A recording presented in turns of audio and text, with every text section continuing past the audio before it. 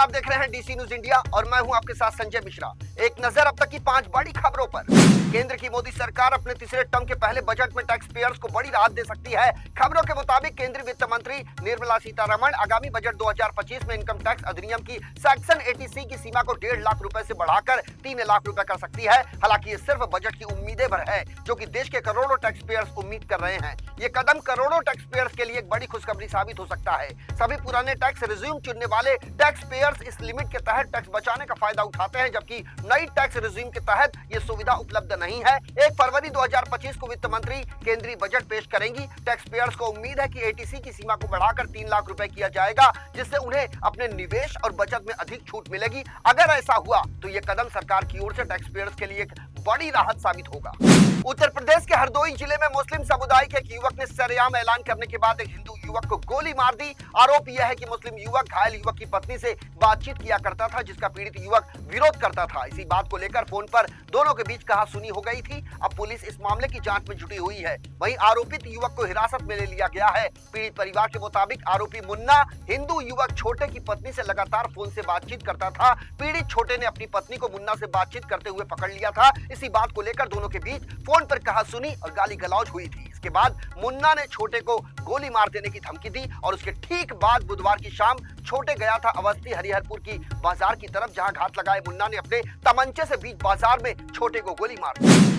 गेहूं के भाव में इस समय उथल पुथल मची हुई है। वर्तमान में गेहूं के भाव में लगातार बदलाव देखने को मिल रहा है। दरअसल इस साल के आखिरी महीने में गेहूं के दाम में बहुत ज्यादा बदलाव देखा गया। अब ऐसे में साल 2025 में नई फसल की आवक की उम्मीद है, जिससे कि इस बात का फैसला होगा कि भाव में गिरावट होगी या बढ़त होगी। वैसे भारत देश में मध्य प्रदेश गेहूं उत्पादक राज्यों में से एक है। यहाँ साल 2024 में दिसंबर के दौरान गेहूं के भाव 2826 रुपए प्रति क्विंटल दर्ज किए गए, जो कि बहुत ज्यादा स्थिर भाव है। इसमें तकरीबन 0.07% की छोटी सी गिरावट देखने को मिली है। वहीं दिसंबर के मुकाबले इसमें फिलहाल 12.01% की बढ़ोतरी हुई है, जो कि क्वालिटी और मजबूत बाजार की डिमांड को दर्शा रही है। सूत्रों के अनुसार साल 2025 में गेहूं के भाव लगभग 2700 से 2850 रुपए प्रति क्विंटल के बीच रहने की उम्मीद जताई जा रही है।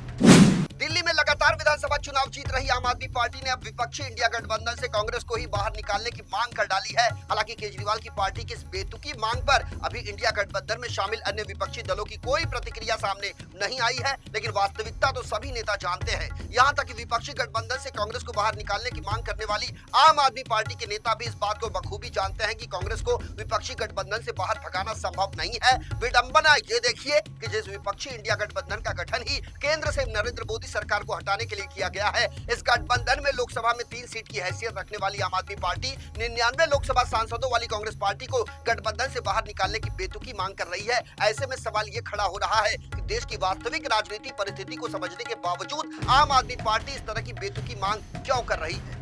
लश्कर तैयबा का उप प्रमुख और 26/11 के मुंबई आतंकी हमलों का साजिशकर्ता अब्दुल रहमान मक्की की पाकिस्तान में मौत हो गई है। मीडिया रिपोर्ट्स के मुताबिक हाफिज अब्दुल रहमान मक्की की दिल का दौरा पड़ने से मौत हुई है। मक्की ने 26/11 मुंबई आतंकी हमलों के लिए आतंकियों को फंड मुहैया करवाया था। हमले में 166 लोग मारे गए थे। हमले के खिलाफ सेना की कार्रवाई में कुल 9 आतंकवादी मारे गए थे। मक्की लश्कर का वांछित आतंकवादी था। वो लश्कर नेता हाफिज सईद का साला भी था। मई 2019 में मक्की को पाकिस्तान सरकार ने गिरफ्तार कर लिया था। इसके बाद उसे लाहौर में नजरबंद कर दिया गया था। साल 2020 में एक पाकिस्तानी अदालत ने उसे आतंकी वित्त पोषण से जुड़े मामलों में भी दोषी ठहराया और आजीवन कारावास की सजा सुनाई थी। जनवरी 2023 में मक्की को संयुक्त राष्ट्र सुरक्षा परिषद की ओर से भी वैश्विक आतंकवादी घोषित किया गया था।